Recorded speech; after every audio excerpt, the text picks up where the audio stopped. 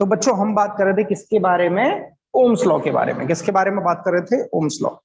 Ohm's law बहुत ही simple सा basic circuit के लिए एक लॉ दिया गया, नियम दिया गया, जिस नियम को अगर हम माने तो ऐसा कहा गया कि if the temperature of the conductor is constant, if the temperature of the conductor is constant, अगर कंडक्टर का टेम्परेचर कैसा मान लिया जाए?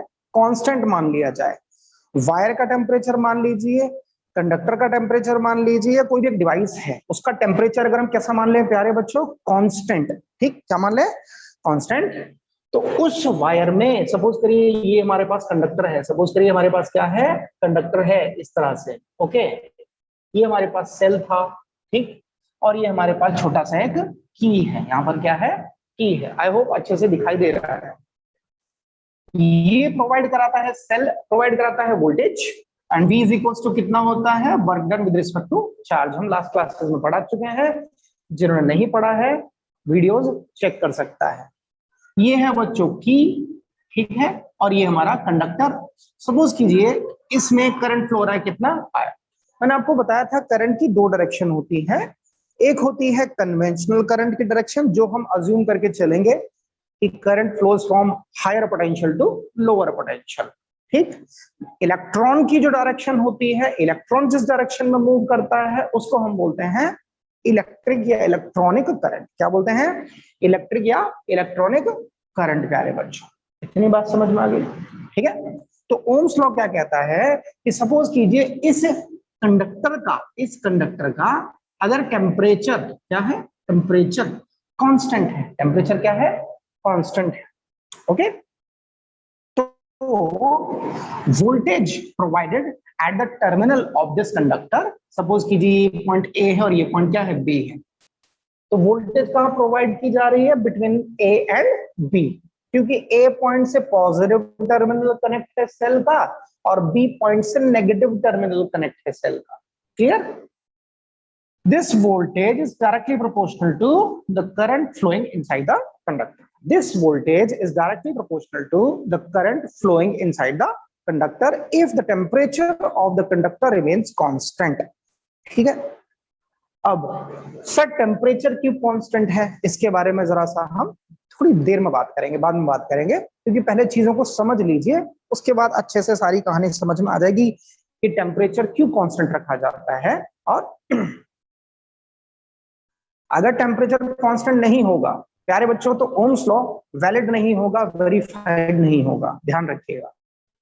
सो V is proportional to I at constant temperature of the conductor. Conductor का टेम्परेचर अगर constant रहेगा तो वोल्टेज उस कंडक्टर के थ्रू जो भी होगा is directly proportional to the current, directly proportional to the current flowing inside that conductor, flowing inside that conductor. ये स्टेटमेंट किसका है? ओम्स लॉ का है। ऐसे का ऐसा ही आप ओम्स लॉ लिख दीजिएगा। अगर हम ये साइन ऑफ प्रोपोर्शनैलिटी रिमूव करते हैं बच्चों तो हमारे पास एक कांस्टेंट आता है, इसको हम नाम देते हैं रेजिस्टेंस ऑफ द वायर या रेजिस्टेंस ऑफ द कंडक्टर। जो भी डिवाइस है जिसमें करंट फ्लो हो रहा है ये उसका रेजिस्टेंस है। क्या है उसका? ये रेजिस्टेंस है प्यारे बच्चों। क्या है उसका? ये रेजिस्टेंस। अब रेजिस्टेंस क्या होता है?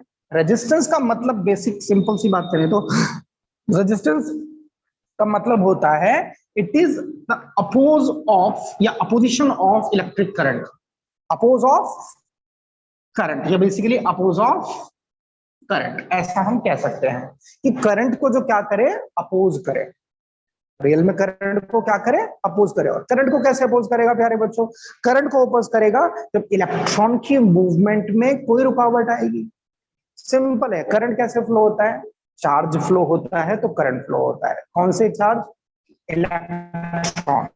ठीक है, इलेक्ट्रॉन जब मूव करते हैं तो करंट फ्लो होता है। सोचो अगर उस इलेक्ट्रॉन के मूवमेंट में कोई रुकावट आएगी, अगर उस इलेक्ट्रॉन के मूवमेंट में कोई क्या आ जाए? रुकावट आ जाए, है ना, तो डेफिनेटली करंट के फ्लो में भी रुकावट आ जाएगी। तो रेजिस्टेंस कहीं ना कहीं यही काम करता है, that is oppose of current, या हम अपोज ऑफ इलेक्ट्रॉन्स भी बोल सकते हैं। ठीक है, ऐसा कहा जा सकता है। सो रेजिस्टेंस आर से डिनोट किया जाता है, कैपिटल आर से।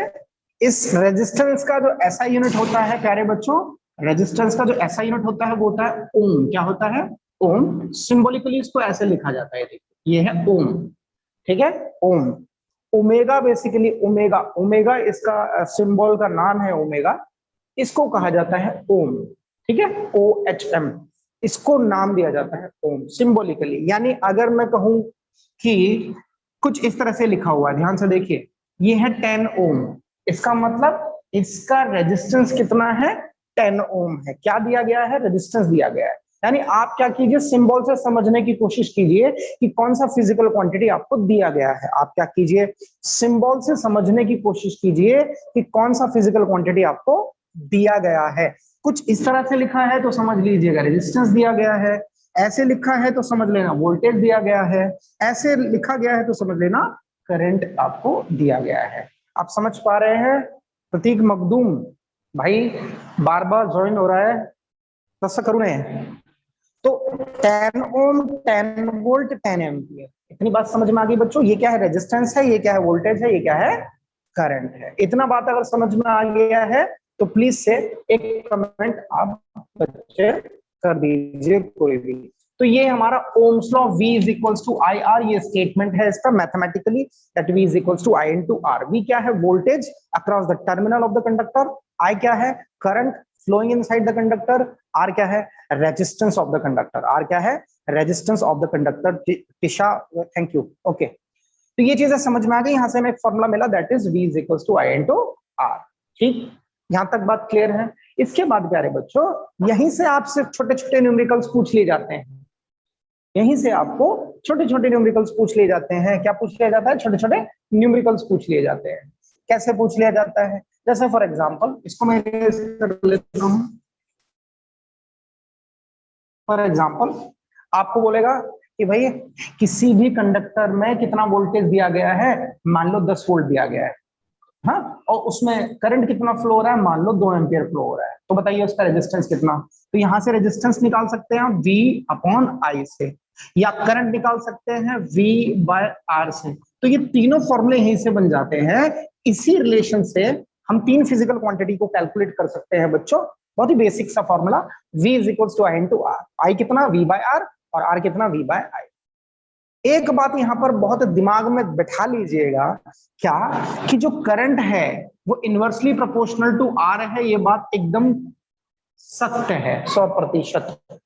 यहां से कुछ बच्चे बोलेंगे सर यहां से देखना R is inversely proportional to I, नहीं ऐसा नहीं, ऐसा नहीं। मतलब रेजिस्टेंस करंट पर डिपेंड नहीं करता है, करंट रेजिस्टेंस पर डिपेंड करता है।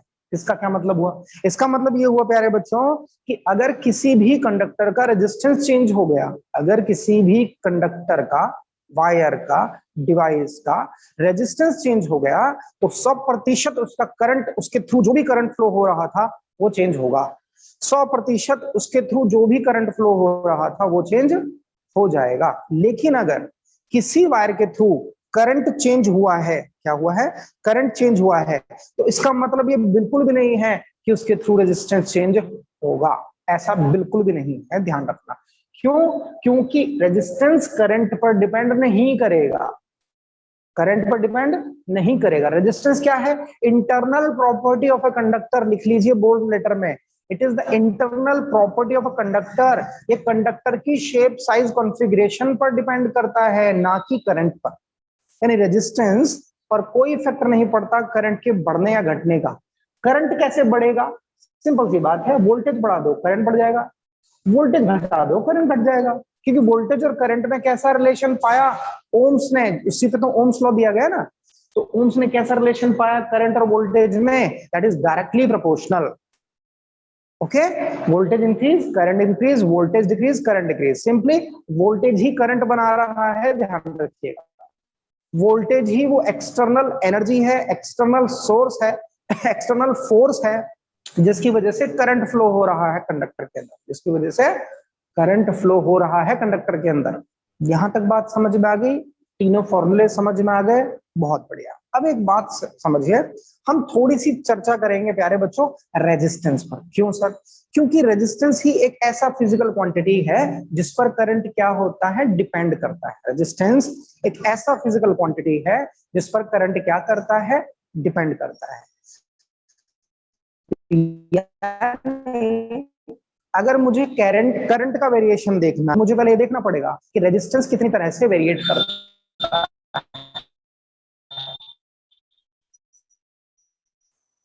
रेजिस्टेंस जितनी तरह से वेरिएशन करता है उतनी तरह से करंट भी वेरिएशन करेगा, सिंपल एज दैट। तो अब हम किसके बारे में, रेजिस्टेंस। तो आइए लेट्स डू चर्चा on resistance of the conductor. ध्यान, यहां तक बात समझ में आ गई सबको? तो आइए रेजिस्टेंस के बारे में जरा समझ लेते हैं। मैं वीडियो चेक कर लूं ये क्या हो रहा है इसके अंदर, क्योंकि टेंशन ले रहा भाई।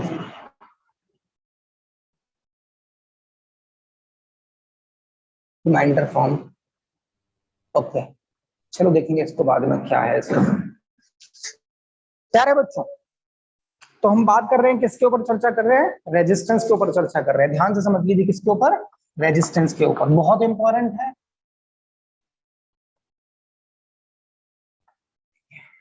देखिए अभी हम इसमें बहुत डेप्थ में फिलहाल के लिए, लेकिन जब हम 12th क्लास में 11th क्लास में इस चैप्टर को पढ़ते हैं तो इसको हम बहुत माइक्रोस्कोपिकली भी स्टडी करते हैं, ठीक है ना, ध्यान रखिएगा।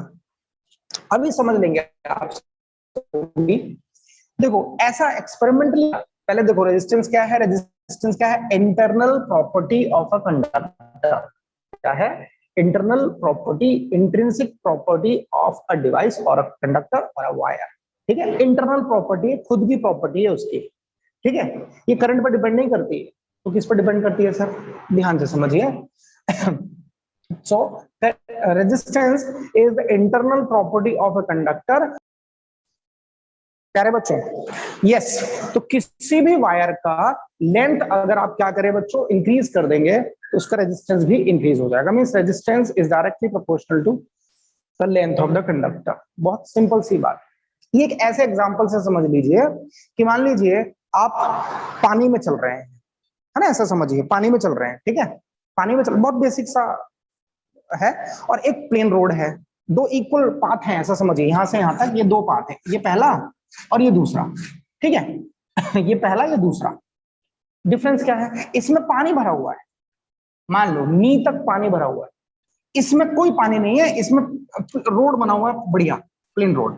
ठीक है, आपसे कहा गया आपको ये क्रॉस करना है, इस ए पॉइंट से बी पॉइंट तक जाना है, ए पॉइंट से बी पॉइंट तक जाना है। ठीक है जी, दोनों रोड में। यहां से दो पर्सन ने भागना स्टार्ट किया या चलना स्टार्ट किया, जैसे भी मान लीजिए। आपको क्या लगता है कौन सा पर्सन पहले रास्ता क्रॉस कर देगा, किसकी टेंडेंसी है कि वो पहले रास्ता क्रॉस कर दे? तो डेफिनेटली बात है ए वाले की टेंडेंसी है कि वो बहुत जल्दी से आसानी से अपना पाथ जो है वो फर्स्ट वाला जो है वो रास्ता क्या करेगा, क्रॉस कर देगा। Simple as that. ठीक है, सेकंड वाले को थोड़ा टाइम लगेगा। सिंपल सी बात है, क्यों लगेगा, क्योंकि पानी भरा हुआ रास्ते में। तो जब रास्ते में पानी भरा हुआ है तो पानी क्या कर रहा है, एक तरह का अपोजिंग फोर्स दे रहा है उसको, किसको, पर्सन को। पानी क्या कर रहा है, उसको एक अपोजिंग फोर्स दे रहा है। कैसा दे रहा है, अपोजिंग फोर्स। तो उस अपोजिंग फोर्स की वजह से, वो पर्सन ठीक से नहीं चल पा रहा है उस रास्ते पर, ठीक से नहीं भाग पा रहा है उस रास्ते पर। तो इसकी वजह से उसको क्या करना पड़ रहा है, थोड़ा अपोजिशन फेस करना पड़ रहा है। और उसी अपोजिशन को हम अपनी लैंग्वेज यहां पर क्या बोल रहे हैं, रेजिस्टेंस। उसी अपोजिशन को क्या बोल रहे हैं, रेजिस्टेंस। मान लीजिए अगर मैं कहूं बच्चों, तो यहां से रास्ता हमने डबल कर दिया, अब ये भी रास्ता डबल कर दिया। ठीक है, रास्ता डबल कर दिया रास्ता। अब फिर से इस पे एक पर्सन को भागना है, फिर से इस पे एक पर्सन को भागना है। ठीक है, डबल कर दिया। मान लीजिए जैसे यहां से यहां तक ये रास्ता था, यहां से यहां तक डबल कर दिया, पूरा डबल समझ रहे हैं ना आप। तो सोचो अगर जो पर्सन ए से बी भाग रहा था, फर्स्ट पर्सन, मान लो उसको लग रहे थे 5 सेकेंड, कितने लग रहे थे, 5 सेकेंड। तो यहां तक उसको 10 सेकेंड लगने चाहिए। कितने लगने चाहिए, 10 सेकेंड। कॉमन सेंस, अगर सेम स्पीड से चल रहा है तो 10 सेकंड लगेंगे। यहां से यहां तक अगर उसको 5 सेकंड लगे तो यहां से यहां तक 10 सेकंड लगेंगे, अगर सेम स्पीड से चल रहा है तो। Clear, okay sir. अब देखो ध्यान से, यहां जो पर्सन था ए से बी तक जाने में उसको क्या, मान के चलो 10 सेकंड लगे। ए से बी तक जाने में उसको क्या लगे, 10 सेकंड लगे।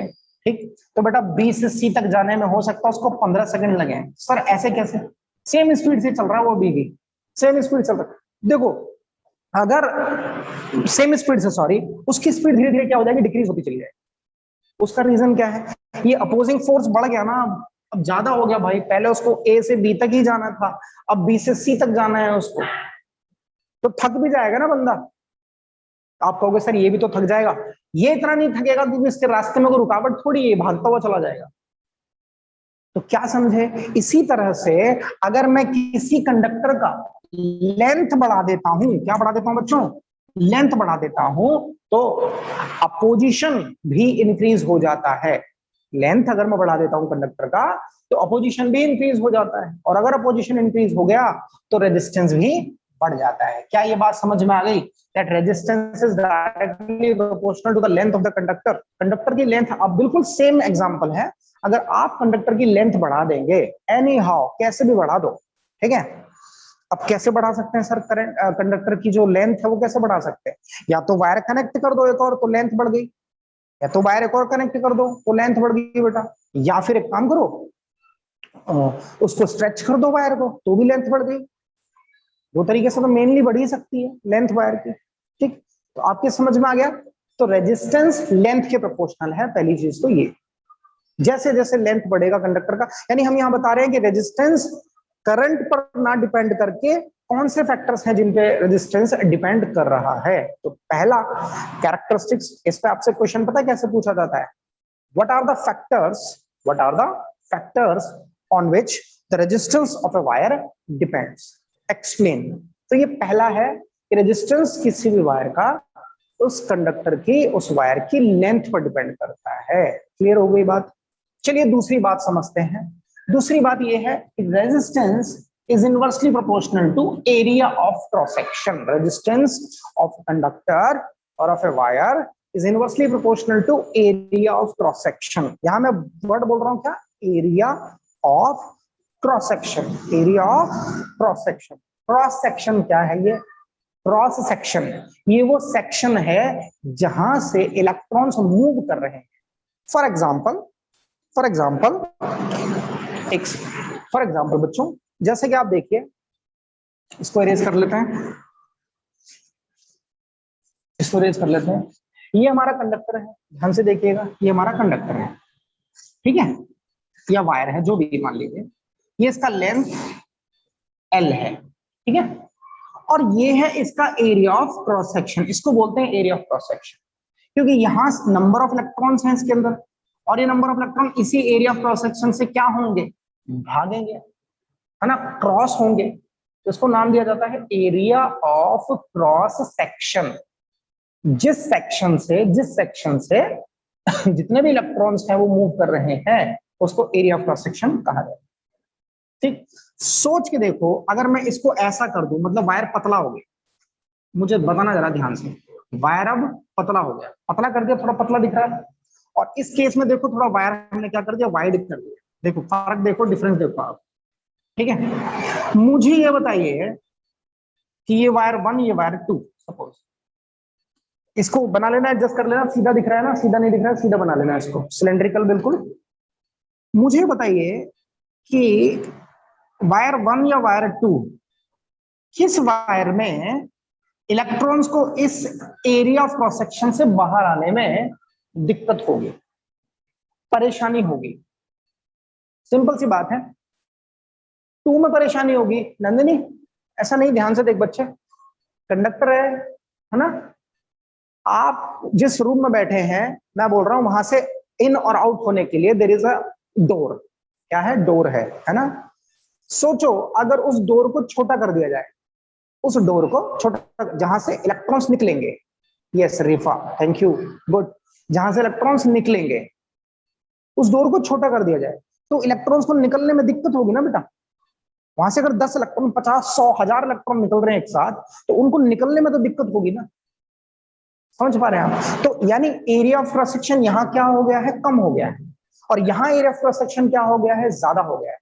आप मुझे बता सकते हैं इन दोनों वायर में से किसका रेजिस्टेंस ज्यादा होगा, भाई क्योंकि यहाँ पर एरिया ऑफ क्रॉस सेक्शन कम है, तो इलेक्ट्रॉन्स को निकलने में, गुजरने में, पास होने में दिक्कत होगी, परेशानी होगी, यानी इलेक्ट्रॉन को एक अपोजिंग फोर्स अपने आप में फील होगा, और जब अपोजिंग फोर्स फील होगा उसी को तो बोलते हैं ना बेटा रेजिस्टेंस। यहाँ ज्यादा अपोजिंग फोर्स होगा, यहाँ कम अपोजिंग फोर्स। तो बेटा इसका रेजिस्टेंस मान लिया अगर हमने R1, इसका रेजिस्टेंस R2, तो no doubt R1 is greater than R2। क्या मेरी बात समझ में आ गई? क्यों? क्योंकि area 1 A1 smaller than A2। Area क्या है? Area of cross section. तो जिसका एरिया, जिस वायर का क्रॉस सेक्शनल एरिया कम होगा उसका रेजिस्टेंस ज्यादा होगा, और जिस वायर का एरिया ऑफ क्रॉस सेक्शन ज्यादा होगा उसका रेजिस्टेंस कम होगा। ठीक है, यहां तक बहुत अच्छे से बात समझ में आ रही है। दो चीजें, R proportional to L, R proportional to inversely proportional to A। देखिए लिंक अगर खत्म हो जाएगा तो बेटा दोबारा से ज्वाइन नहीं करना है, आप अपना 6 बजे वाला क्लास ले लीजिएगा। लिंक अगर खत्म हो जाएगा तो हम मिलेंगे कल, ठीक है ना, सेम टाइम पर। तो ये दोनों चीजें आपको समझ में आ गई, ठीक है। That resistance is proportional to, अब हम 2-3 क्लास में रेजिस्टेंस पर ही चर्चा करने वाले हैं। आगे की 2 से 3 क्लास में रेजिस्टेंस पर ही चर्चा करेंगे। इन दोनों इक्वेशन को अगर हम कंबाइन कर दें प्यारे बच्चों, तो R proportional to L by A ऐसा कुछ आ जाएगा, and will see R is equal to rho into L by A। यहां पर ये जो रो है ना, ये कैसे आ गया सर? ये इस कांस्टेंट ऑफ प्रोपोर्शनैलिटी की साइन को जब आप रिमूव करोगे, इस कांस्टेंट ऑफ प्रोपोर्शनैलिटी के साइन को जब आप रिमूव करोगे तो हमारे पास एक और कांस्टेंट आएगा, और इस कांस्टेंट को नाम दिया जाता है रेसिस्टिविटी। वेरी इंपॉर्टेंट, रेसिस्टिविटी, या इसको एक और नाम देते हैं स्पेसिफिक रेजिस्टेंस। क्या नाम देते हैं इसको? Specific resistance. कंफ्यूज मत होना, कई एग्जाम में स्पेसिफिक रेजिस्टेंस बोल देता है तो बच्चे कंफ्यूज हो जाते हैं कि स्पेसिफिक रेजिस्टेंस क्या था। तो स्पेसिफिक रेजिस्टेंस भी बोलते हैं इसको, या रेजिस्टिविटी भी। रेजिस्टिविटी कॉमनली हम जानते हैं, लेकिन इसको स्पेसिफिक रेजिस्टेंस के नाम से भी जानते हैं। तो फॉर्मूला रेजिस्टेंस का क्या बना? Rho into L upon A। Rho into L upon A। L क्या है बेटा? Length of the conductor. A क्या है बेटा? Area of cross section. Rho क्या है? रेजिस्टिविटी। अगर मुझे कोई रेजिस्टिविटी का यूनिट पूछेगा तो ध्यान से देखो, रेजिस्टिविटी को यहां से R into A by L लिखा जा सकता है। देखो R इंटू A अपॉन में L। तो रेजिस्टेंस का यूनिट कितना है? ओम। एरिया का मीटर स्क्वायर, लेंथ का कितना? मीटर। तो मीटर मीटर कैंसिल हो गया प्यारे बच्चों, तो कितना आ गया प्यारे बच्चों? ओम मीटर। कितना आ गया? ओम मीटर। तो रेजिस्टिविटी का जो यूनिट होता है वो ओम मीटर होता है। रेजिस्टिविटी का जो यूनिट होता है वो ओम मीटर होता है। क्या होता है? ओम मीटर होता है। बात तो समझ में आ गई यहां तक, रेजिस्टिविटी तक। रेजिस्टेंस से हमने बात स्टार्ट की थी, और कहां पर हम बात को ले आए? रेजिस्टिविटी पर बात को ले आए। एक बात और, रेजिस्टिविटी क्या है? इस कंडक्टर की बनावट कैसी है? इस कंडक्टर की बनावट कैसी है? अरे बच्चों आज हम यहीं तक ही करेंगे, यहीं तक ही करेंगे, यहां से आगे नहीं। इस फॉर्मूले तक सबको पता होना चाहिए, इस फॉर्मूले तक सबको पता होना चाहिए अच्छे से, ठीक है ना। प्लीज से चैप्टर रिवाइज कर लीजिएगा। कोई डाउट है तो प्लीज से कमेंट कर दीजिएगा। We will meet in next class. हाँ, till then keep learning, keep reading. Thank you so much बच्चों। Signing off, bye bye.